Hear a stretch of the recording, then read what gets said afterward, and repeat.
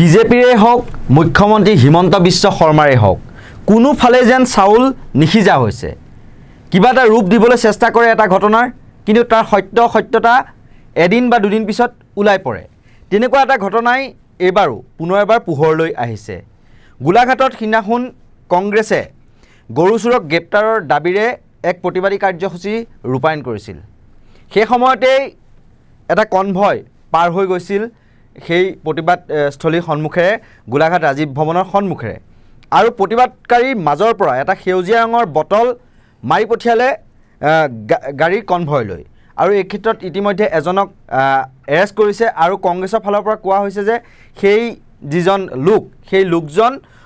কংগ্ৰেছৰ নহয় বা NSUৰ কোনো সদস্য নহয় পঢ়ি থকা এজন ল'ৰা কিন্তু তেওঁলোকে নিমন্ত্ৰণো দিয়া নাছিল আৰু কোন হয় চিনি নাপাওঁ বুলি ইতিমধ্যে স্পষ্টীকৰণ দিছে যুৱ কংগ্ৰেছে আৰু এই ক্ষেত্ৰত যিটো পানী বটল দলিওৱা হৈছিল খালি পানী বটল সেউজীয়া ৰঙৰ সেইটো মুখ্যমন্ত্ৰীৰ কনভয়ত আহি পৰাহি বুলি সেইটো বিজেপিয়ে ক'বলৈ আৰম্ভ কৰিলে একাংশ সংবাদ মাধ্যমতো বাতৰিটো সম্প্ৰচাৰ হ'ল আৰু তাৰ পিছতে মুখ্যমন্ত্ৰীৰ মুখতো শুনা গ'ল কিবা কিবি বহু কথা যে মোৰ গাত লগাহেঁতেন ভাল আছিল গাত লগাহেঁতেন আৰু মই বেছি ভাল পালোহেঁতেন মোৰ এতিয়া গাড়ীতহে লাগিছে কিন্তু পোহৰলৈ আহিছে এতিয়া এখন এজাহাৰৰ পিছত গোলাঘাট পুলিচ ষ্টেচনত আৰক্ষীয়ে নিজাববীয়াকৈ যিখন এজাহাৰ দিছিল সেই এজাহাৰৰ ভিত্তিত পোহৰলৈ আহিছে যে সেইটো অতুল বৰা মন্ত্ৰী অতুল বৰাৰ কনভয় বাহন আছিল আৰু যিখন বাহনত বটলটো লাগিছে তাত মন্ত্ৰী অতুল বৰা আৰু খুমটাইৰ বিধায়ক মৃণাল শইকীয়া বহি আছিল আৰু সেই কথা পোহৰলৈ অহাৰ পিছত এটা কথা মনলৈ আহিছে কালিৰ দিনটোত শদিয়াৰ পৰা ধুবুৰীলৈ আমি ৰাজপথত আমি কি দেখা পাইছিলোঁ যে মুখ্যমন্ত্ৰী হিমন্ত বিশ্ব শৰ্মাক কংগ্ৰেছীৰ ভয়ংকৰ আক্ৰমণ সেই ঘটনাৰ বিৰুদ্ধে ৰাজপথ কঁপাই তুলিছে সেই তেনেকুৱা ধৰণৰ এক পৰিৱেশ আমি দেখা পাইছিলোঁ সকলোবিলাক সামৰি আজি আমাৰ এই সাময়িকী আমি আলোচনা কৰিম প্ৰত্যেক দিনাৰ দৰে আমাৰ সৈতে আছে নৰ্থ ইষ্ট নাওৰ মুখ্য সম্পাদক পৰেশ মালাকাৰ ডাঙৰীয়া আৰু মই প্ৰথমতে আহিছোঁ আচলতে কিবা এটা ৰূপ দিবলৈ চেষ্টা কৰা হৈছে কিন্তু তাত যেন প্ৰত্যেকটো মুহূৰ্তত হিমন্ত বিশ্ব শৰ্মাই হওক বা বিজেপি দলটোৱে হওক অসত্যক সত্য হিচাপে প্ৰতিষ্ঠা কৰিব চেষ্টা কৰিও কিন্তু মুখ ঠেকেচা খাইছে বিভিন্ন সময়ত কি ক'ব আপুনি প্ৰশ্নটো হ'ল এইটোৱে যে যোৱা কেইদিনমানত আমি যিটো দেখা পাইছোঁ যেতিয়াই অৱশ্যে গৰুখুটিৰ আগৰ পৰাই এইবোৰ ঘটনা ঘটি আছে কিন্তু গৰুখুটিৰ ঘটনাটো যেতিয়া ওলাই আহিল মুকলিলৈ ওলাই আহিল তাৰ পিছৰ যিবোৰ ঘটনা ঘটিছে সেইবিলাক দেখি মানে অকণমান স্তম্ভিত হোৱাৰ দৰে কথা কিয়নো গৰুখুটিত এতিয়া আমি গম পাইছোঁ যে তাত যে এই গৰুখুটি প্ৰকল্পটো কাৰ প্ৰকল্প এইটো এটা অসম চৰকাৰৰ প্ৰকল্প নে পদ্ম হাজৰিকাৰ নিজৰ কিবা এটা বস্তু নে কি আৰু যদি অসম চৰকাৰৰ এটা প্ৰকল্প হয় তেতিয়াহ'লে এই প্ৰকল্পটো কেনেকৈ পৰিচালনা কৰা হৈছে কেনেকৈ চলোৱা হৈছে আৰু তাত দুগ্ধ পামৰ কাৰণে গাখীৰ উৎপাদনৰ কাৰণে গাই গৰু লৈ অহা হ'ল আকৌ সেই গাই গৰুৰ নামত আকৌ বলধো আহিলে তালে হয়নে তাৰপিছত আকৌ সেই গাই গৰু কেনেকুৱা বেমাৰী গাই গৰু আহিলে কেনেকৈ সেইবোৰ আকৌ বেলেগলৈ গ'ল এই গোটেই যিবোৰ কথা ওলাইছে আৰু তাৰ পিছত জয়ন্ত মল্ল বৰুৱাকে আদি কৰি অন্যান্যসকলে শাসকীয় দলৰ অন্যান্যসকলে যিবোৰ ভাষ্য আমি তাত দেখিবলৈ পাইছোঁ এইবোৰ দেখি শুনি এই কথাটো একেবাৰে স্পষ্ট হৈ পৰিছে যে আচলতে তেওঁলোকে কোৱা ইটো কথাৰ লগত সিটো কথাৰ কোনো সংগতি নাই গতিকে তেওঁলোকে যেন এটা কথা লুকাবলৈ অইন এটা কথা তেওঁলোকে ক'বলৈ আৰম্ভ কৰিছে তেনেকুৱা ধৰণৰ মানে এই গোটেই কথাটোৱে গৰুখুটি প্ৰকল্পৰ গোটেই ঘটনাটোৱে এইখন চৰকাৰ কেনেকৈ চলি আছে তেওঁলোক আচলতে মানুহে যে কয় ধাপ্পাবাজি কেনেকুৱাকৈ তেওঁলোকে কোনো ধৰণৰ নিয়ম নীতি কথা বতৰা নাই তেওঁলোক এটা কেনেকুৱা ধাপ্পাবাজিৰ দ্বাৰা তেওঁলোক চলি আছে আৰু যি মৰ্জি যাৰ যি মৰ্জি সেইটোকে কৰি আছে এই ধৰণৰ পৰিৱেশ এটা অতি চমৎকাৰকৈ সুন্দৰকৈ ৰাইজৰ মাজলৈ ওলাই আহিছে যে এইখনেই হৈছে চৰকাৰ যিখন চৰকাৰৰ লগত আইন কানুন নিয়ম নীতিৰ কোনো কথা নাই দুৰ্নীতি চাৰিওফালে দুৰ্নীতি ভ্ৰষ্টাচাৰ চাৰিওফালে ভ্ৰষ্টাচাৰ আৰু তাৰ যিটো একেবাৰে শেহতীয়া যিটো কথা হ'ল যে আজি তাত কংগ্ৰেছে এটা প্ৰতিবাদ এটা তেওঁলোকে তাত কৰিছে প্ৰতিবাদ এটাৰ আয়োজন কৰিছে গোলাঘাটত এতিয়া প্ৰতিবাদ এটাৰ আয়োজন কৰিলে যেতিয়া মানুহৰ মাজত যেতিয়া আৱেগ উঠলি উঠে তেতিয়া কোনোবাই তেনেকুৱা কিবা এটা কাম কৰিব পাৰে বটল এটা দলি মাৰি দিয়া কিবা এটা কৰা তেনেকুৱা কৰিব পাৰে যদি সেই সময়তে আগত চকুৰ আগত দেখে মই এইটোক এটা কথা কেতিয়াও সমৰ্থন নকৰোঁ সমৰ্থনযোগ্য কথা নহয় কোনেও আইন গণতন্ত্ৰৰ বিৰোধী আক্ৰমণ আইন হাতত তুলি ল'ব নাপায় সেইটো এটা কথা কিন্তু সেই কথাটো মুখ্যমন্ত্ৰীয়ে তেওঁৰ কনভয়ত আক্ৰমণ হোৱা বুলি তেওঁ যেতিয়া কয় এইটো তেওঁ কৈছে আৰু কৈছে যে হেৰি মোৰ গাত লগাহেঁতেনহে মই ভাল পালোঁহেঁতেন এতিয়া বটলটো মোৰ গাড়ীত নালাগি এতিয়া ঘটনাটো হৈছে সেইটোৰ মই কওঁ যে সেইটোৰ আমি কি ব্যাখ্যা কৰিম এতিয়া বটলটো এতিয়া এজাহাৰখনত ওলাল যে বটলটো কোনোবা এজনে দলিয়াইছিল অতুল বৰাৰ কনভয়লৈ দীপাংকৰ ডেকা বোকাখাটৰ ল'ৰা অতুল বৰাৰ কনভয়লৈ অতুল বৰাৰ গাড়ী গৈ থাকোঁতে দলিয়াইছিল তে সেই কথাটো মুখ্যমন্ত্ৰীয়ে গাত পাতি লৈ নিজৰ তেওঁৰ তাত কনভয়ত তেওঁ দলিওৱা বুলি ক'লে আৰু সেইটোক লৈ ধুবুৰীৰ পৰা চাৰিওফালে তেওঁলোকে মানে বিজেপি দলে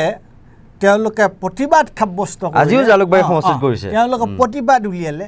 মানে হোৱাট ইজ দিছ এইটো অৰ্থটো কি যে আৰু এইটোৰ এটা কথা ওলাই অগপয়ে এটাও প্ৰতিবাদ নুলিয়ালে তেওঁলোকৰ মেইন মানুহজন সভাপতিজনক আক্ৰমণ আৰু এইটোৱে এই কথা দুটা কথা এইটোৱে স্পষ্ট কৰি দিয়ে সেইটো আচলতে মানে কি ক'ম মই লজ্জাজনক হৈ আহিছে কথাবোৰ এটাৰ পিছত এটাকে দুটা কথা স্পষ্ট কৰি দিয়ে সেইটো হৈছে যে এই ৰিপৰ্টটো এই যিটো প্ৰতিবেদন এই খবৰটো কাৰ পৰা আহিব লাগিছিলে পুলিচৰ পৰা হয়নে যে ইয়াত কোনোবা এজনে এটা কোনোবা ল'ৰাই এটা কনভয়ত এটা মুখ্যমন্ত্ৰী আৰু মুখ্যমন্ত্ৰীৰ কনভয়টো আৰু গুৰুত্বপূৰ্ণ কথা যে মুখ্যমন্ত্ৰীৰ কনভয়ত এটা বটল দলিয়াইছে সেই প্ৰতিবেদনটো আহিব লাগে গোলাঘাট পুলিচৰ পৰা ন হয় নাই এতিয়া সেই এই যে এতিয়া প্ৰশ্নটো হৈছে আৰক্ষীৰ মানে গৃহ বিভাগৰ মূল মানুহজন কোন মুখ্যমন্ত্ৰী হিমন্ত বিশ্ব শৰ্মা হয়নে তেতিয়াহ'লে তোমাৰ এইটো এটা দুমুখীয়া দুই ধৰণৰ এইটো এটা ব্যৰ্থতা হয়নে নহয় হা প্ৰথম কথাটো হৈছে যে মিছা কথাটো তেওঁৰ ডিপাৰ্টমেণ্টৰ মিছা কথাটো তেওঁৰ মানে খবৰটো নোলোৱাকৈ তেওঁ মিছা কথা এটা তেওঁ যিটো বিষয় তেওঁ যিটো বিভাগৰ তেওঁ মুৰব্বী সেই বিভাগৰ মুৰব্বী মানুহজনে এই ধৰণৰ এটা গোকাত মিছা কথা তেওঁ কি কাৰণে ক'লে আৰু এজন আৰু এই যে বিজেপি যিসকলে এতিয়া প্ৰতিবাদ কৰিছে ৰাস্তাত প্ৰতিবাদ কৰিছে তেওঁলোকে কি ক'ব তেওঁলোকে ৰাইজক কি ক'ব যে এইজন মানুহ এইজন মুখ্যমন্ত্ৰী মানে মোৰ আচলতে সঁচা কথা ক'বলৈ গ'লে মই মানে কি ক'ম মানে কি দেখি আছোঁ চকুৰ আগত এইবোৰ কি হৈ আছে এইটোৰ মানে অৰ্থ কৰাটোৱে মানে এইটো সম্পৰ্কত মানে কেনেকৈ প্ৰতিক্ৰিয়া মই কেনেকৈ প্ৰকাশ কৰিম সেইটোও মই বুজি নাপাওঁ যে এনেকুৱা ধৰণৰ দেশ মিছা কথা এটাক লৈ পেলাই মানুহে এটা প্ৰতিবাদ কৰিব পাৰে এটা ৰাজনৈতিক দলে এটা প্ৰতিবাদ কৰিব পাৰে সেইটো মানে অৱশ্যে কিন্তু এটা কথা ৰ'বা মই এটা কথা কওঁ ভাৰতীয় জনতা পাৰ্টি দলটোৱে কিন্তু তেনেকুৱা তেওঁলোকে মিছাকে সঁচা কৰি তেওঁলোকে কৰে ৰ'ব এইখিনি মই আপোনাৰ এটা কথা আপুনি ক'ব পাৰে আজিও কিন্তু ইছপৰ যিটো সাধু পঞ্চতন্ত্ৰৰ সাধু যে এই কথাটোৱে কৈছোঁ যে এটা কুকুৰ বুলি কয় ছাগলী এটা কিন্তু ইণ্টাৰেষ্টিং কথা হ'ল এইটোৱে ইয়াত সেইটোৱে তেওঁলোকৰ কাৰণে প্ৰব্লেম হ'ল প্ৰব্লেম কিয় হ'ল বামুণৰ ছাগলী না ইয়াত প্ৰব্লেমটো হ'ল কি জানা ইয়াত প্ৰব্লেমটো হ'ল এইকাৰণে যে মিছা কথাটো ইমান স্পষ্টকৈ ওলাই আহিল ইয়াৰ পিছত তেওঁলোকে আকৌ এইটো কেনেকৈ কৈ থাকিব মানে এতিয়া আজি কাজিলৈকে কৰিলে যেতিয়া গোলাঘাট পুলিচৰ এজাহাৰত তেওঁলোকে লিখিলে যে আচলতে এই বটলটো সেউজীয়া বটলটো দলিওৱা হৈছিলে অতুল বৰাৰ কনভয়লৈ তাৰ পিছত কেনেকুৱাকে বিজেপি RSS কেনেকৈ আকৌ আন্দোলন কৰিব যে মুখ্যমন্ত্ৰী মই সেইটোৱে বুজি পাওঁ মই এটা কাম কৰোঁ নেকি ৰাইজৰ সুবিধাৰ্থে মই এজাহাৰ কপিটো পাঠ কৰি দিওঁ নেকি অলপ কিছু অংশ পাঠ কৰি দিয়া to the office in charge Golaghat police station Golaghat Assam আমাৰ স্ক্ৰীণত সেইটো দেখুৱাই আছোঁ আমি subject request to registration of FIR against Youth Congress members. Sir, I have the honor to report that today 2 VVIP programs were held at Golaghat, one at the government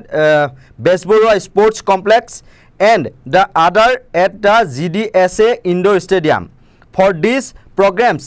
sufficient numbers of police personnel were deployed to maintain law and order situation. During the events, members of Youth Congress Golaghat District Committee demonstrated protest at Congress Bhavan Golaghat regarding the issue of the Gir cow. They shouted slogan against Jayanta Malla Borua, Honorable Minister, and attempt to show black flags. 8 numbers of black flags were seized from their procession. They also tried to come out to the road to demonstrate protest and create law and order problem. However, police personnel confined the Youth Congress members inside the Congress Bhavan Golaghat and no one was allowed to come out. During the agitational program at about 1:20 p.m. some miscreants from Congress Bhavan located adjacent to the route threw a green color plastic bottle 1 liter to the convoy of Sri Atul Bora, Honorable Minister. It hit the Kia vehicle with registration number AS01GF6600. Throwing a bottle at the vehicle of an Honorable Minister of Assam from the premises of Congress Bhavan, where Youth Congress members were demonstrating against the government of Assam, intended to threaten the safety and security of the Honorable Minister,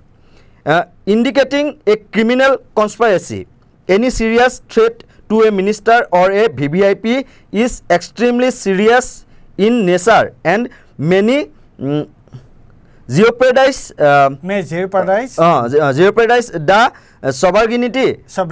sovereignty, unity and integrity of India, undermine the authority and legitimacy of the democratically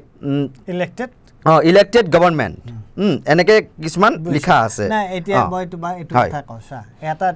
interest এটো ভালেই কৰিছে মই পঢ়ি দিছো এটো হৈছে কি অসমে কিছু ব্যাখ্যা কৰিব পাৰে আপুনি না এটোটো ওলাই গল হেৰি পৰা চিফ মিনিষ্টাৰ সিটুৱে নাই তাত মিনিষ্টাৰ নহয় কিন্তু তাত কেটামান আৰু গুৰুত্বপূৰ্ণ কথা আছে পুলিচৰ এই এজাহাৰখনত হা তেওঁলোকে কেটামান ভুল কৰিছে ভুল কি প্ৰথম কথা হৈছে যে ৭খন ব্ল্যাক ফ্ল্যাগ লৈ কংগ্ৰেছ ৮খন ব্ল্যাক ফ্ল্যাগ লৈ কলা পতাকা লৈ তেওঁলোকে প্ৰতিবাদ জনাইছিল আৰু শেষ কৰিছে এইখন আৰে ৮খন কলা পতাকা লৈ তেওঁলোকে ৰাজপথলৈ ওলাই আহি প্ৰতিবাদ কৰিলে প্ৰতিবাদ কৰাটো তোমাৰ ভাৰতীয় নাগৰিকৰ সংবিধান প্ৰদত্ত এটা অধিকাৰ শান্তিপূৰ্ণভাৱে তেওঁলোকে প্ৰতিবাদ কৰিলে 8খন কলা পতাকা লৈ ওলাই আহি এইটো এনেকুৱা কি মানে তোমাৰ মহাভাৰতক শুদ্ধ হোৱা কথা হ'ল তাত যে লিখিছে সভৰেনিটি ইণ্টিগ্ৰিটি মানে ভাৰতবৰ্ষৰ সাৰ্বভৌমত্ব একতা সংহতি বাবা দিন ৰাত তোমালোকৰ মিনিষ্টাৰে দিন ৰাত এনেকুৱা ধৰণৰ কথা কৈ আছে যিয়ে সংবিধানৰ মৌলিক যিটো কাঠামো সংবিধানৰ যিটো প্ৰস্তাৱনাত যিখিনি কথা লিখা আছে তাক ভায়োলেট কৰিছে আৰু 8খন কলা পতাকা লৈ আৰু এটা পানী বটল সেউজীয়া পানী বটল মই কেতিয়াও ছাপোৰ্ট কৰা নাই পানী বটল দলিওৱাৰ কথাটো কিন্তু 8খন কলা পতাকা লৈ এজন মিনিষ্টাৰ কলা পতাকা লৈ প্ৰতিবাদ কৰোঁতে চৰকাৰৰ বিৰুদ্ধে প্ৰতিবাদ কৰোঁতে এনেকুৱা কি মানে ল এণ্ড অৰ্ডাৰৰ চিটুৱেশ্যন হ'ল আৰু তাকো কংগ্ৰেছ ভৱনৰ মাজতে তেওঁলোকক সীমাবদ্ধ কৰিছে দিছ ইজ ইলিগেল মই তোমাক কৈছোঁ এইটো আজি তেওঁলোকে যিটো কৰিছে সৰ্বত্ৰ সমগ্ৰ অসমত তেওঁলোকে যিটো কৰি আছে নহয় যে মানুহক ৰাস্তালৈ আহি তেওঁলোকে প্ৰতিবাদ কৰিবলৈ দি দিয়ে কি কাৰণে তোমালোকে প্ৰতিবাদ কৰিবলৈ দিয়া য়েছ যে কোনোবাই তোমাৰ মিনিষ্টাৰৰ হেয়ালৈ কৰিছে you arrest him you take action against him কিন্তু শান্তিপূৰ্ণভাৱে মানুহে যেতিয়া প্ৰতিবাদ কৰে আৰু এতিয়া ইউথ কংগ্ৰেছে ক'লে যে সেইজন ল'ৰা বোলে তেওঁলোকৰ নহয় বুলি তেওঁলোকে কৈছে চিনি নাপাওঁ বুলিও কৈছে শান্তিপূৰ্ণভাৱে যেতিয়া মানুহে প্ৰতিবাদ কৰে তেতিয়া তেওঁলোকক প্ৰতিবাদ কৰা তেওঁলোকৰ অধিকাৰ আছে সেইটো এটা কথা গতিকে এইটো এটা হাস্যাস্পদ এই একচুৱেলি মই তোমাৰ এটা কথা ঠিকে আছে যে অতুল বৰাৰ কনভয়তে হৈছিলে চিফ মিনিষ্টাৰৰ কনভয়ত হোৱা নাই কিন্তু তেওঁলোকে যিখন লিখিছে এইটো এটা হাস্যাস্পদ কথা আৰু তাতোকৈ হাস্যাস্পদ কথা হ'ল এইটো য'ত চিফ মিনিষ্টাৰৰ কথাই নাই তাত আকৌ চিফ মিনিষ্টাৰে নিজে স্বয়ং চিফ মিনিষ্টাৰে ক'লে মোৰ গাড়ীটো মই মোৰ গাত পৰা হ'লে ভাল পালোঁ গাড়ীত পৰিছে হোৱাট ইজ দিছ তেতিয়াহ'লে আৰু অকণমান মানে ইছ্যুটো বহাল ল'ব পাৰিলেহেঁতেন হয় নাই আৰে বাবা সঁচা কথা এটা কোৱা না বহলোৱা যদি আজি কোনেও কাৰো ওপৰত আজি হিমন্ত বিশ্ব শৰ্মাক আমি ভাল পাওঁ বেয়া পাওঁ he is the chief minister অৱশ্যে গতিকে হিমন্ত বিশ্ব শাৰীৰিক ভাবুকিৰ কোনো কথা কোনেও সমৰ্থন কৰা কিন্তু এটা মিছা কথা এটা য'ত তেওঁৰ ভেহিকলত তেওঁৰ কনভয়ত আক্ৰমণে হোৱা নাই সেই কথাটো তেওঁ ৰাজহুৱা কৰি সদৰি কৰিলে আৰু সেইটোক লৈ বিজেপিয়ে বিভিন্ন ঠাইত ধৰ্ণা প্ৰতিবাদ উলিয়ালে নিজৰ চৰকাৰৰ বিৰুদ্ধে নিজেই ধৰ্ণা প্ৰতিবাদ উলিয়ালে তে এইবোৰ কি ধৰণৰ মানে গছত গৰু কি বুলি কয় এইটো গছত গৰু উঠা কথা আৰু এইটো দেখোন ডেককৈ তাৰমানে তেওঁ যিটো নিৰাপত্তা ব্যৱস্থা সুৰুঙা থকা বুলি ক'ব পাৰি যিহেতু এটা Z+ চিকিউৰিটি আছে দুটা কথা এটা হৈছে কি being the head of the home department তেওঁৰ তালৈ কিয় এই তথ্যটো নগ'লে যে তেওঁ এটা হৈছে তেওঁৰ তালৈ কিয় নগ'ল তেওঁ মিছা কথাটো কোনে ক'লে তেওঁ ক'ৰ পৰা গম পালে দিদি ইনভেণ্ট আৱিষ্কাৰ কৰিলে এইটো কথা তেওঁকতো ডিপাৰ্টমেণ্টৰ মানুহে ক'ব লাগিছিলে আৰু সেই ডিপাৰ্টমেণ্টটো তেওঁৰে মানে দুইফালে খেলি মেলি গোটেইখন আৰু সেইটোক লৈ বিজেপিয়ে ৰাস্তাত ধৰ্ণা দিয়ে প্ৰতিবাদ কৰে ইয়াতকৈ হাস্যাস্পদ কথা কি হ'ব পাৰে এতিয়া আৰু একটা কথা আমি উল্লেখ কৰোঁ যিহেতু আমি নিৰপেক্ষ মানুহ আমি যেনেকৈ বটল দলিওৱা কাৰ্যটো আমি প্ৰথমতে নাজানি পেলাই আমি ব্যক্তিগতভাৱে মই এইটো গৰিহণা দিছিলোঁ যে এইটো ভাল হোৱা নাই গণতন্ত্ৰৰ বিৰোধী কিন্তু এতিয়া জানিব পাৰিছোঁ আমি আচল কথাটো কোনখন বাহনত দলিয়াইছিল কেইদিনমান আগতে আমি দেখিছিলোঁ কি ভয়ংকৰ আক্ৰমণ প্ৰদ্যুৎ বৰদলৈ বাহনত ভাঙি পেলালে গোটেই গ্লাছ ভাঙি গ'ল ৰকিবুল হুছেইনক বেটেৰে কোবালে দিন দুপৰতে সেইবিলাক ঘটনাটো বিজেপি তেতিয়া নিমাত হৈ আছিল কিন্তু এতিয়া যে সামান্য এটা পানীৰ বটলৰ ক্ষেত্ৰত তেওঁলোক যে ইমান একে গোটেই ৰাজপথ কঁপাই তুলিলে কিন্তু সেই সময়তো এটা গৰিহণা দিব লাগিছিল যদিও তেওঁলোকে সেইটো তাৰমানে নিৰপেক্ষতা তেওঁলোকৰ আছেই এজন সাংসদৰ ওপৰত আক্ৰমণ এইবোৰ ইয়াত ছবি দেখুৱাই দিয়া না এইবোৰ যে ভূপেন বৰাই যে নাক ভাঙিছিল বিজেপি কৰ্মী ভাঙিছিল তাৰপিছত তোমাৰ হেৰি প্ৰদ্যুৎ বৰদলৈৰ গোটেই গাড়ী ভাঙি পেলালে তাৰপিছত ৰকিবুল কেনেকুৱাকৈ আক্ৰমণ আৰু গোবৰ দলিয়াইছিল গ্লাছ ভাঙিছিল সেইবোৰ কি সেইবোৰ কি সেইবোৰ অসমৰ মানুহে প্ৰশ্ন কৰিব ন এতিয়া সেইবোৰ কি গতিকে এইবোৰ আচলতে তেওঁলোকৰ আৰু এইটো কথা তুমি প্ৰশ্ন মোক কৰা নে নকৰা মই নাজানো যে মুখ্যমন্ত্ৰীৰ যিবোৰ কথা নিজে কৈছে যে এই ঘটনাটোৰ পিছত এই তোমাৰ গৰুসুটিৰ ঘটনাটোৰ পিছত কংগ্ৰেছক আক্ৰমণ কৰি মুখ্যমন্ত্ৰীয়ে যিবোৰ কথা কৈছে এইবোৰ মানে সকলো শালীনতাৰ সীমা পাৰ হৈ গৈছে যে গৰু খাই তেওঁলোকে হোৱালে ৰাজীৱ ভৱনত নিষিদ্ধ মাংসৰে তাৰমানে হেৰি পাতে বুলি তেনেকুৱা ধৰণৰ না আৰু তেওঁলোকে হোৱা হ'লে গাই গৰুকেইটা খাই পেলালে কৈছিল কাটি কাটি কাটি এনেকে দেখুৱাইছিল কাটি কাটি কাটি আৰু এতিয়া মই এটা কথা ক'ব বিচাৰিছোঁ এইখিনিতে এটা বৰ গুৰুত্বপূৰ্ণ কথা আৰু আমাৰ দৰ্শকসকলেও সেই কথাটো অকণমান চিন্তা কৰক মই ভাবোঁ এইটো খুব খুব চিৰিয়াছ কথা কি যে ভাৰতবৰ্ষৰ স্বাধীনতা অনা যিটো দল আছিল যিটো আন্দোলন আছিল সেই আন্দোলনটোৰ নেতৃত্বত আছিল কংগ্ৰেছ আৰু তেতিয়া কংগ্ৰেছ এটা শাসকীয় দল নাছিল তেতিয়া আছিল কংগ্ৰেছে ভাৰতীয় স্বাধীনতা আন্দোলনৰ নেতৃত্ব দিছিল আৰু জাতি ধৰ্ম নিৰ্বিশেষে সকলোৱে সেই কংগ্ৰেছৰ ছত্ৰছায়াৰ তলত গান্ধীজী নেহৰু পেটেল তেখেতসকলৰ তলত নেতৃত্বত সেই আন্দোলনত অংশগ্ৰহণ কৰিছিল আৰু তাৰ পিছত কংগ্ৰেছ দল আহিল জৱাহৰলাল নেহৰু ভাৰতৰ প্ৰধানমন্ত্ৰী হ'ল চৰকাৰ চলালে আৰু হিমন্ত বিশ্ব শৰ্মা তেওঁ কিমান কংগ্ৰেছত আছিল 15 বছৰ প্ৰায় 15-16 বছৰ 15 বছৰ বেছি 20 বছৰ মান আছে 21 বছৰ 15 নিজে কৈছিল 21 বছৰ তেওঁ 15 বছৰ মন্ত্ৰী হৈ আছিল হয়নে আজি মই কম যে ভাৰতীয় জনতা পাৰ্টিৰ লোকসকলে বা RSSে এটা কথা চিন্তা কৰা উচিত এজন ব্যক্তি তেওঁ এটা পাৰ্টিত 20-21 বছৰ থাকিলে প্ৰায় 2 দশক তেওঁ এটা পাৰ্টিত থাকিলে মন্ত্ৰী হ'ল বিধায়ক হ'ল 2001 চনত বিধায়ক হৈছে আৰু সেই সময়ত তেওঁ নৰেন্দ্ৰ মোদী ডাঙৰীয়াৰ বিষয়ে কি বক্তব্য গুজৰাটৰ পানী পাৰে মুছলমানৰ তেজ বব পাৰে আৰু সেইজন মানুহে এই দলটোক কংগ্ৰেছ দলক এতিয়া আরে কংগ্রেস দল হিন্দু মুসলমান তাত সব আছে নস্তিক হিন্দু মানুহ আছে তাত তেওঁলোকে কি গৰু খায় নেকি তেওঁলোকে গৰু খায় তেওঁলোকৰ কাৰণে তেওঁলোকক এই ধৰণৰ অভিযোগ এটা কৰাটো তেওঁলোকৰ কাৰণে কিমান কেনেকুৱা ধৰণৰ অপমানজনক কথা তেওঁলোকৰ ভূপেন বৰা আছিল ধৰ্মক প্ৰদ্যুৎ বৰদলৈ আছে গতিকে মই প্ৰশ্নটো এইটো কৰিব খুজিছোঁ যে আপোনালোকে যিজন মানুহৰ ছত্ৰছায়াত যিজন মানুহৰ নেতৃত্বত আপোনালোকে এই ধৰণৰ কথা বতৰাবিলাক কৈ আছে সেইজন মানুহে কিবা কাৰণত যদি আজি বিজেপিৰ পৰা তেওঁ পদত্যাগ কৰে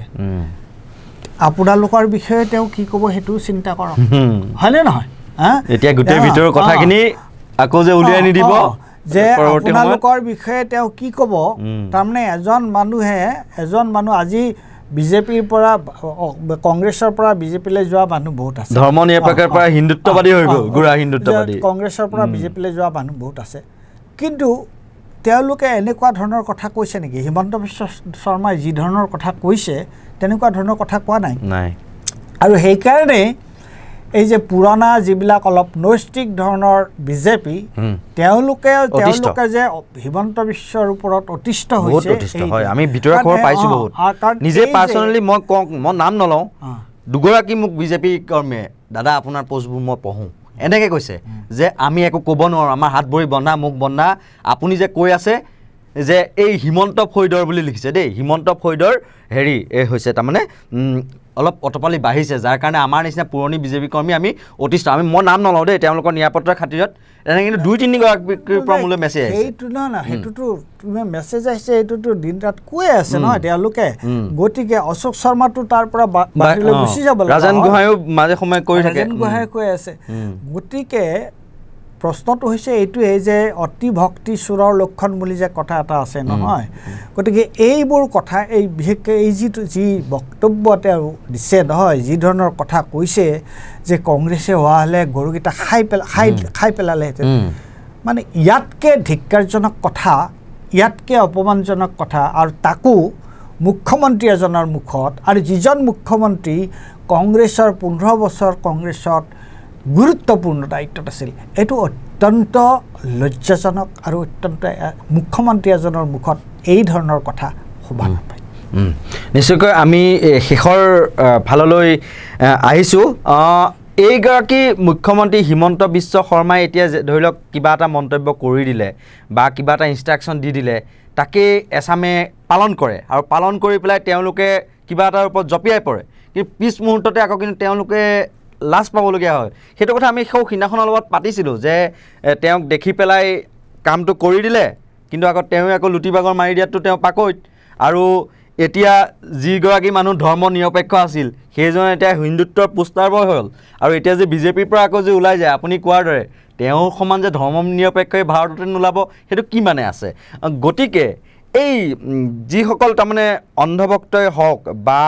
যিসকলে তাৰমানে তেওঁৰ কথা মতে উঠা বহা কৰে, সেইসকললৈ কিবা আপোনাৰ থাকিব নেকি? সেইসকলে মই এটা কথাই ক'ম যে আপোনালোকে এটা কথা মন কৰিব যে আপোনালোকে যদি হিন্দুত্ববাদী ৰাজনীতি কৰে, আপোনালোকে গৰুক লৈ ৰাজনীতি কৰিছে বা হিন্দু মুছলমান কৰিছে,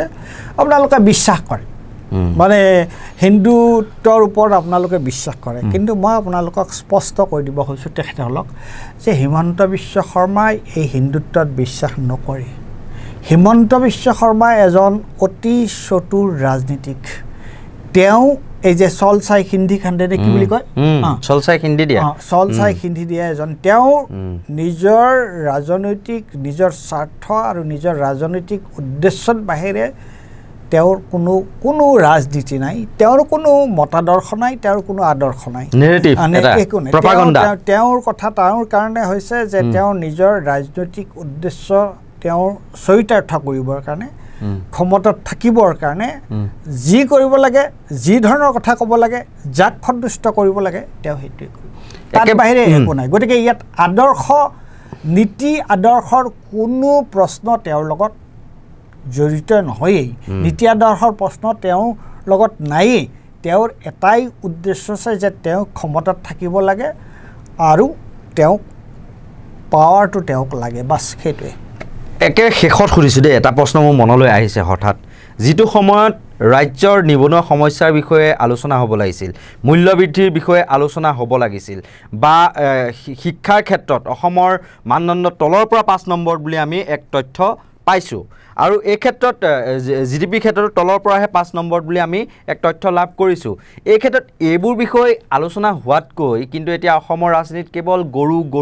গৰুৱে মানে গোটেইখন গৰুময় হৈ গৈছে, আৰু মানুহৰ মানসিকতাও সেই যেন গৰুৰ ফালেই ঢাল খাইছে। আৰু আজি আমি গৰুৰ বিষয়ে যেন আলোচনা কৰিবলৈ, মানে এই আলোচনাটো পাতিছোঁ এই গৰু শব্দটোক লৈ পেলাই যেন হৈছে। এই তেনেকুৱা এক তাৰমানে এটা চিটুৱেশ্যন সৃষ্টি কৰিছে। সাম্প্ৰতিক ৰাজনীতি, এই যিটো ৰাজনীতি চলি আছে, ই জনসাধাৰণৰ বাবে কিমান ভয়ংকৰ হ'ব পাৰে বা কি ক'ব আপুনি? এইটো তোমাৰ চোৱা, এইটো দুটা কথা। এটা হৈছে যে গৰুৰ বিষয় লৈ যিটো ৰাজনীতি হৈছে, মইতো সেইটোক মানুহে চাব লাগিব প্ৰতীকীভাৱে। এইবোৰ তুমি যিবোৰ সমস্যাৰ কথা কৈছা সেইবোৰ সমস্যা আছেই, কিন্তু এই গৰু কথাটো আহিলে কি কাৰণে? গৰুখুটি প্ৰকল্পৰ পৰাহে আহিলে। গতিকে গৰুখুটি প্ৰকল্পৰ পৰা যদি আহিলে, গৰুখুটি প্ৰকল্পত আমি কি দেখা পালোঁ? গৰুখুটি প্ৰকল্পত আমি অৰাজকতা, দুৰ্নীতি, স্বজন তোষণ, মানে কি বুলি কয় তোমাৰ ফেভাৰিটিজিমক কি বুলি কয়, মোৰ এই মুহূৰ্তত অহা নাই, মানে তোমাৰ কাৰোবাক তোমাৰ হেৰি কৰা, মানে কাৰোবাক তুমি গুৰুত্ব দিয়া, কাৰোবাক তোমাৰ পক্ষপাতিত্ব কৰা তে এই কথাবোৰ ওলাই আহিছে হয় নাই যে গৰুটো ইয়াত এটা প্ৰতীকহে মানুহে যে এইটোক লৈ আলোচনা কৰিছে সেইকাৰণে এই আলোচনাটো একচুৱেলি গৰুটো প্ৰতীকহে বিষয়টো ঠিকেই আছে বিষয়টো এইটোহে আহিছে যে আচলতে চৰকাৰে কি ধৰণৰ কাম কৰিব লাগে কেনেকুৱা নিয়ম নীতি মানি চৰকাৰে কাম কৰিব লাগে তে সেই সকলোবিলাক বাদ দি কোনো ধৰণৰ নিবিদা নিদিয়াকৈ নিজৰ ব্যক্তিগত কাবাৰ চিনাকিৰ যোগেদি চৰকাৰে তেনেকুৱাকৈ কাম কৰে নেকি নকৰে নহয় গতিকে গৰু ইয়াত গৰুৰ বিষয়টো এইটো প্ৰতীকহে গতিকে মানুহে এই বিষয়টোৰ যোগেদি এই চৰকাৰখনৰ অনিয়ম অনীতি দুৰ্নীতি এইবোৰৰ কথাহে ওলাই আহিছে আৰু চৰকাৰৰ যদি তুমি প্ৰিয়পত্ৰ হোৱা তেতিয়াহ'লে কি ওলাইছে আৰু এইটোৰ যোগেদি যে মানুহে কয় যে হিমন্ত বিশ্ব শৰ্মাৰ চাৰিওফালে মাটি সা সম্পত্তি এতিয়া ওলাইছে যে জয়ন্ত মল্ল বৰুৱাৰ মাটিৰ হিচাপ ওলাইছে হয় নাই গতিকে মাটি ওলাইছে কিমান জয়ন্ত মল্ল মন্ত্ৰী হোৱাৰ পিছৰ পৰা কেনেকুৱা ধৰণৰ জয়ন্ত মল্ল আচলতে এদিন মই আছিলোঁ সেইটো ক'ব নাপায় তথাপি মই কওঁ সেইটো কাৰণ তাৰ এটা সামাজিক এটা তাৰ তাৎপৰ্য আছে কিবা এটা টক শ্ব'ত ময়ো আছিলোঁ জয়ন্ত মল্ল আছিল তাৰপিছত টক শ্ব' ভগাৰ পিছত জয়ন্ত মল্লই তেতিয়া জয়ন্ত মল্ল মন্ত্ৰী হোৱা নাই তেতিয়া জয়ন্ত মল্লৰ কথা আছিল কি নাই দাদা মন্ত্ৰীটো হ'ব লাগিব এদিন হ'লেও মন্ত্ৰীটো হ'ব লাগিব গতিকে সেইটো এটা মন্ত্ৰী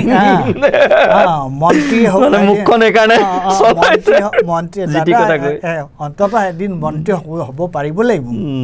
গতিকে মন্ত্ৰী হোৱাৰ পিছতহে তেওঁ তাৰপৰা সেয়া হ'ব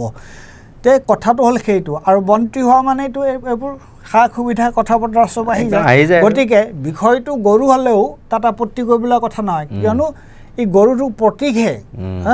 আৰু যিবোৰ বিষয় ৰাজহুৱা হৈছে সদৰী হৈছে সেইবোৰ সকলোবোৰ জনস্বাৰ্থৰ লগত সম্পৰ্কিত গতিকে এই বিতৰ্কটোত মই একো আপত্তি পোৱা নাই এই বিতৰ্কটো হোৱাটো উচিত আৰু চৰকাৰৰ যিটো ফুল কি বুলি কয় এই ফোপোলা যিটো স্বৰূপ সেইটো ৰাইজৰ আগত ওলাই আহিছে এইটো একো বেয়া কথাও নাই নিশ্চয়কৈ গৰুটো এটা প্ৰতীক বুলি উল্লেখ কৰিলে পৰেশ মালাকাৰ ডাঙৰীয়াই আৰু এই ক্ষেত্ৰত আমি ক'ব লাগিব যদিহে গৰুটোক আমি প্ৰতীক হিচাপে লওঁ গৰুখুঁটি প্ৰকল্পত যিখিনি অনিয়ম হৈছিল বা কেলেংকাৰী হৈছিল সেয়া RTI কৰ্মী দিলীপ নাথে তেওঁ তথ্য সহকাৰে সেয়া ৰাইজৰ আগলৈ উলিয়াই দিয়াৰ পিছতেই এতিয়া তেওঁক বিচাৰি বিচাৰি নিশা নিশা আৰক্ষীয়ে অভিযান চলাইছে আৰু তেওঁ পলাই থাকিবলগীয়া হৈছে কিয়নো তেওঁক যিকোনো মুহূৰ্তত গ্ৰেপ্তাৰ কৰিব পাৰে আৰু তেওঁৰ পুত্ৰৰ বিৰুদ্ধে এগৰাকী সাংবাদিকক প্ৰহাৰ কৰাৰো এক অভিযোগ উত্থাপিত হৈছে আৰু ইতিমধ্যে আৰক্ষী জালত পৰিছে কেইবাজনো লোক কিন্তু এতিয়া যিগৰাকী RTI কৰ্মী দিলীপ নাথ সেই দিলীপ নাথক এতিয়া বিচাৰি বিচাৰি নিশা নিশা ঘৰত তালাচী চলাবলৈ আৰম্ভ কৰিছে আৰক্ষীয়ে কিন্তু তেওঁৰ ভুল কি আছিল তেওঁৰ ভুল এটাই তেওঁ যিখিনি তথ্য পাতি সঁচা কথাখিনি ৰাইজৰ আগত দাঙি সদৰি কৰি দিছিল কিন্তু আজি সেইগৰাকী দিলীপ নাথক আজি আৰক্ষীয়ে বিচাৰি বিচাৰি ঘৰত মানে নিশা নিশা গৈ পেলাই যিসকল অন্য পৰিয়ালৰ লোক আছে তেওঁলোকক হাৰাশাস্তি কৰাৰ এক অভিযোগ উত্থাপিত হৈছে আৰু এই ক্ষেত্ৰত আমি যেহেতু আলোচনা কৰিলোঁ যে প্ৰথমতে আমিও বিষয়টো দেখিলোঁ দেখোন যে কনভয়লৈ সঁচাকৈ বটল এটা মাৰি পঠিয়াইছে কিন্তু সেইটো কাৰ কনভয় আমি নিশ্চিত নাছিলোঁ কিন্তু আমাৰ হাতত আহি পৰিল আজি হঠাৎ সেই তথ্য সেই বিশেষ এজাহাৰখন য'ত চিফ মিনিষ্টাৰৰ চি শব্দটোৱেই তাৰমানে উল্লেখ নাই আৰু তাত মিনিষ্টাৰ অতুল বৰাৰ কথাহে সম্পূৰ্ণকৈ উল্লেখ আছে আৰু এখন বিশেষ কিয়া বাহনত আহি পেলাই যে বটলটো লাগিছিলহি সেই গাড়ীখনৰ 6600 নম্বৰৰ গাড়ীখনৰ কথাহে কিন্তু আৰক্ষীৰ এজাহাৰত উল্লেখ আছে আৰু এই ক্ষেত্ৰত তেতিয়াই কিন্তু গম পোৱা গ'ল যে কালি যিটো বিজেপিয়ে প্ৰতিবাদ সাব্যস্ত কৰিলে শদিয়াৰ পৰা ধুবুৰীলৈ সেয়া এক প্ৰকাৰ নেৰেটিভ সৃষ্টিকাৰী এক প্ৰকাৰ প্ৰপাগণ্ডা লৈ পেলাই তেওঁলোকে কংগ্ৰেছক জনমানসত হেয় প্ৰতিপন্ন কৰিবলৈকেহে যেন তেওঁলোক ৰাজপথলৈ ওলাই আহিল কিন্তু এটা কথা উল্লেখ কৰি থওঁ ৰাইজ নিশ্চয়কৈ জাগিছে আজিকালি সকলোৰে হাতে হাতে এণ্ড্ৰইড ফোন গতিকে সত্যটো ঢাকি ৰাখিম বুলি ভাবিলেও কিন্তু নোৱাৰা হৈ আহিছে এতিয়া তথ্য ইমান দ্ৰুতগতিত ইণ্টাৰনেটত ভাইৰেল হৈ পৰে আজি ফেচবুকত এটা ফটো যদি এতিয়া আমি দিওঁ 2-3 হাজাৰ মানুহলৈ হয়তো গুচি যাব বা 10 হাজাৰ মানুহলৈ সেই ফটোখন বা ভিডিঅ'টো 1 ঘণ্টাৰ ভিতৰতে হয়তো গুচি যাব পাৰে ইমানে ফাষ্ট হৈ গ'ল দুনিয়া গতিকে এনেকৈ যদি মিছা মাতে তেতিয়াহ'লে ধৰা নপৰাকৈ মাৰক কিন্তু এনেকৈ এদিনতে ধৰা পৰি মুখ্যমন্ত্ৰীয়ে এটা ইছ্যুৱে বনাই দিলে যে তেওঁৰ কনভয়তে পৰিছে মোৰ গাত পৰিব লাগিছিল তেতিয়া আৰু ভাল পালেন কি কথা মানে এইটো কেনেকুৱা কথা মানে আহফলা এটা নীতি লৈ পেলাই কংগ্ৰেছক হেয় প্ৰতিপন্ন কৰাৰ চেষ্টা কৰিছিল আৰু এতিয়া এটা কথা ওলাইছে যে কংগ্ৰেছে চিনি নাপায় যিজন ল'ৰা দীপাংকৰ ডেকা বুলি ওৰফে ধন্তি ডেকাক বোকাখাটৰ পৰা আৰক্ষীয়ে গ্ৰেপ্তাৰ কৰিছে তেওঁক প্ৰতিবাদলৈ নিমন্ত্ৰণো দিয়া নাছিল তেওঁ কোনো NSY সদস্য নহয় বুলিও দাবী কৰিছে আৰু মুখখনো অচিনাকি বুলিহে কৈছে তেতিয়াহ'লে কি আছিল ইয়াৰ আঁৰতো থাকিব পাৰে নেকি এক ডাঙৰ ৰহস্য যেনেকৈ মন্ত্ৰী অতুল বৰাৰ গৈ পেলাই হিমন্ত বিশ্ব শৰ্মাক কংগ্ৰেছৰ আক্ৰমণ হৈ গ'ল ইয়াতো কিবা এটা ৰহস্য থাকিব পাৰে নেকি সেই কথাও কিন্তু সচেতন মহলত এতিয়া চিন্তাৰ খুৰাক হৈ পৰিছে এনেকুৱা ধৰণৰ সত্য নিৰ্ভীক যিসমূহ বিশ্লেষণ তাৰ বাবে আপোনালোকে চাই থাকিব নৰ্থ ইষ্ট নাও আৰু ইয়াৰ লগে লগে মই কল্পজ্যোতি শইকীয়া আৰু পৰেশ মালাকাৰ ডাঙৰীয়াই আপোনালোকৰ মাজৰ পৰা বিদায় লৈছোঁ ধন্যবাদ